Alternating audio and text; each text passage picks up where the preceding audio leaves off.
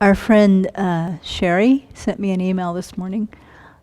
She was talking about or celebrating the power of social media, and she sent the photo and like a screenshot of this project that's on GoFundMe, which is this website.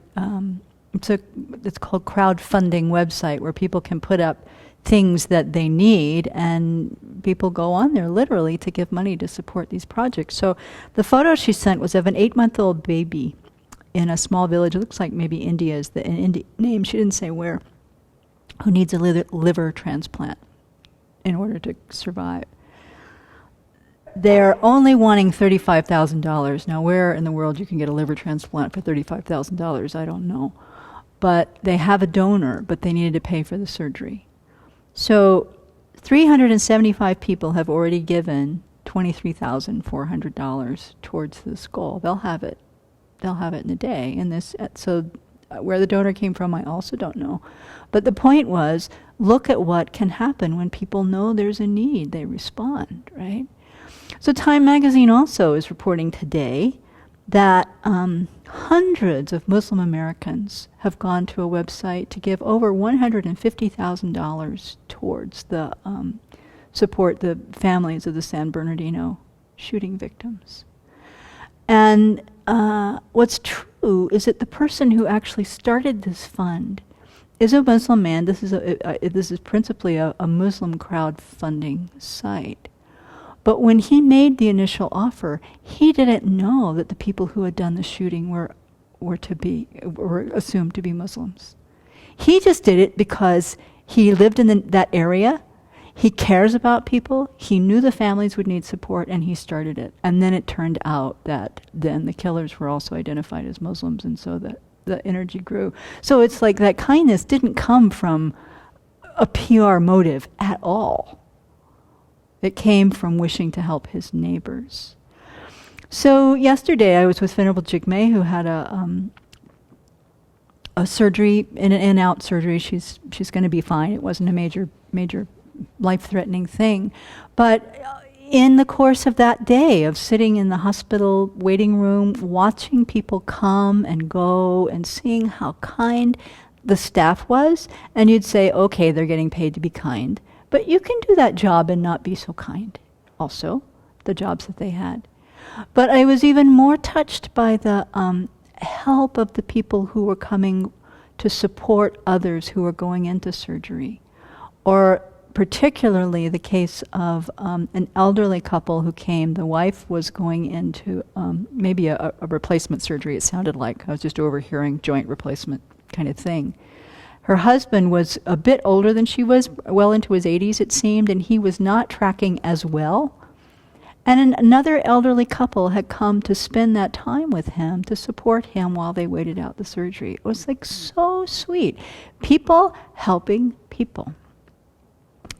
And I've been thinking about this particularly in the last few days, or last week or so, because I do believe I'm coming more and more to understand that understanding the kindness of others is the medicine that keeps us out of depression, that keeps us out of feelings of helplessness when things are difficult around us. And it is everywhere. You know, we see the kind of kindness that I saw in the hospital yesterday. Every day. We see it many times a day. And the problem is we don't actually see it. It doesn't really register in our minds, you know? The same ignorance that doesn't really allow us to see the reality of so many things is also veiling us from recognizing that kindness, and then also a habit of not seeing, too. So that when we train ourselves to notice that someone is offering kindness, then it starts to show up everywhere. You know, you notice that the car slows down when someone is in the crosswalk who's having trouble getting across the street. They don't look rushed, they just wait. That's a kindness. You notice when someone is getting change back from at Walmart, you know, and they get too much change and they say to the cashier, oh, you gave me too much change. That's kindness. Those kinds of little everyday things, and then not only seeing them, but then we rejoice. You know, part of our practice is in rejoicing in the merit of others, rejoicing in the virtue that we see around us. So when we do that, then we're increasing our own virtue, our own merit as well. So in these days, you know, I've talked to a lot of people who are feeling kind of overwhelmed and with multiple killings, the worry about what's happening at the Energy Summit. You know, they don't have a deal yet. It's Friday. It's supposed to be ending today. I mean, everybody watching the news today knows that there's many things to have concern or worry about. But I submit that if we just start counting up the kindnesses that we see in any given day, it so far outweighs the atrocities in the world. It's not even on the same scale.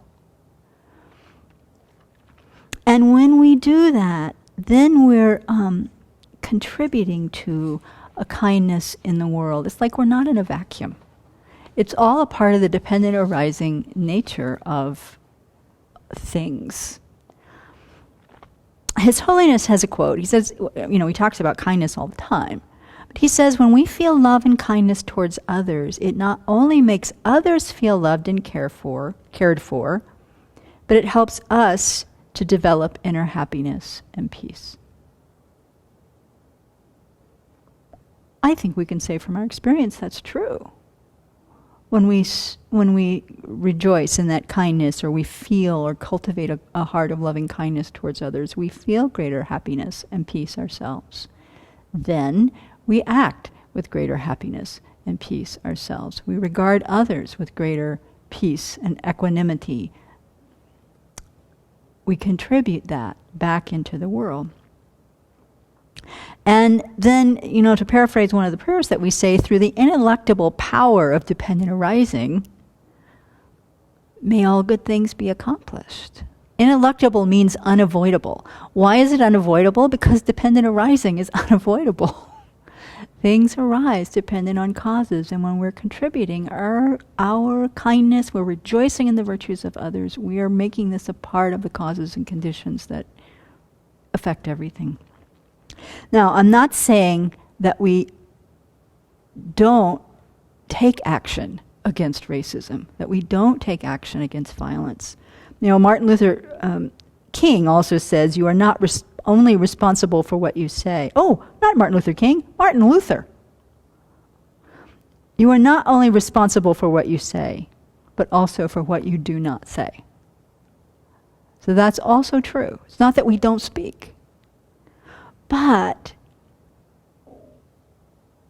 when we do speak from a place of kindness, our words are clearer. Our actions can have an effect. We're not doing it out of a reaction of helplessness, or a reaction of discouragement, or a reaction of rage, or frustration, or whatever the things that make us act. And then, like the people who started the website for Muslims United for San Bernardino, that was taking an action out of kindness. And it just so happens that that action out of kindness also begins to build a momentum that counters a negative view, a negative stereotype that is also kind of pervading the airwaves these days. Didn't come out of reactivity. So, yeah, that's really my thought today. It's what I'm inspired to practice, and especially as the news and the political environment and all of that, the United States seems to get weirder, if not more disturbing. I think focusing on kindness, cultivating the capacity to see it more and more, to rejoice in that, and then to practice appreciating the kindness from my own life, is really the antidote that's going to help the most and contribute to a better world.